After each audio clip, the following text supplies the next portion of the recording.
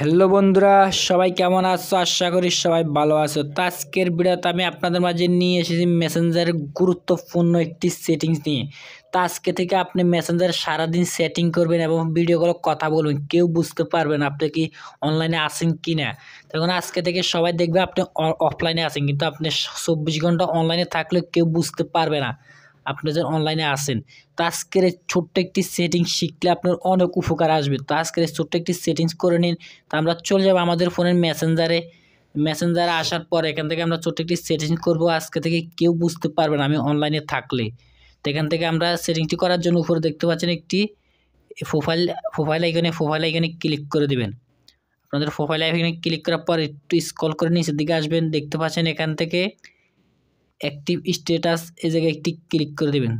তো আমি আপনাদেরকে আবারও দেখাচ্ছি, এখান থেকে দেখতে পাচ্ছেন অ্যাক্টিভ স্ট্যাটাস, এই অপশনটি আপনারা এখান থেকে খুঁজে বের করবেন। তো আপনাদের সামনে এরকম অপশন চলে আসবে। তো এখান থেকে অ্যাক্টিভ স্ট্যাটাসে একটি ক্লিক করে দিবেন। তো অ্যাক্টিভ স্ট্যাটাসে আসার পর এখান থেকে দেখতে পাচ্ছেন দুইটি অপশন। তো এই দুটি অপশন আমরা এখান থেকে অফ করে দিব। তো এই দুটি অপশন আমরা অফ করে দিলে এখান থেকে আর পরবর্তীতে কেউ আমাদেরকে অনলাইনে দেখবে না, দেখবে শুধু আমরা অফলাইনে আছি। 24 ঘন্টা আমরা অনলাইনে থাকলেও সবাই বুঝতে পারবে না।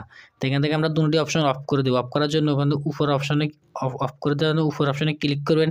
ক্লিক করার পর এখান থেকে দেখতে পাচ্ছেন ফাউস, এই ফাউসে একটি ক্লিক করবেন, এই জায়গায় একটি ক্লিক করে দিবেন। ক্লিক করার পর দেখতে পাচ্ছেন আমাদের অলরেডি দুটি অপশন অফ হয়ে গেছে। তো এখান থেকে আমাদের কাজ শেষ। এখান থেকে আমরা ব্যাক করে চলে আসবো। তো এরপর এখান থেকে আমরা যার সাথে সেটিং করব কেউ বুঝতে পারবে না আমাদের কি অনলাইনে আছে কিনা, সবাই দেখবে এখান থেকে আমরা অফলাইনে। দেখতে পাচ্ছেন আমার একটি বন্ধু এখান থেকে অনলাইনে আছে, তার আমরা বুঝতে পারছি। তো এখান থেকে অন্য কেউ যদি এখান থেকে অনলাইনে থাকে, আপনি যদি অনলাইনে থাকেন তাহলে এদের মতো এখান থেকে অফলাইন দেখাবে। তাকে আজকের এই ছোট্ট সেটিংটি কেমন লাগলো অবশ্যই কমেন্ট করে জানাবেন। আর চ্যানেল নতুন দর্শক হলে অবশ্যই চ্যানেলটি সাবস্ক্রাইব করে দিবেন।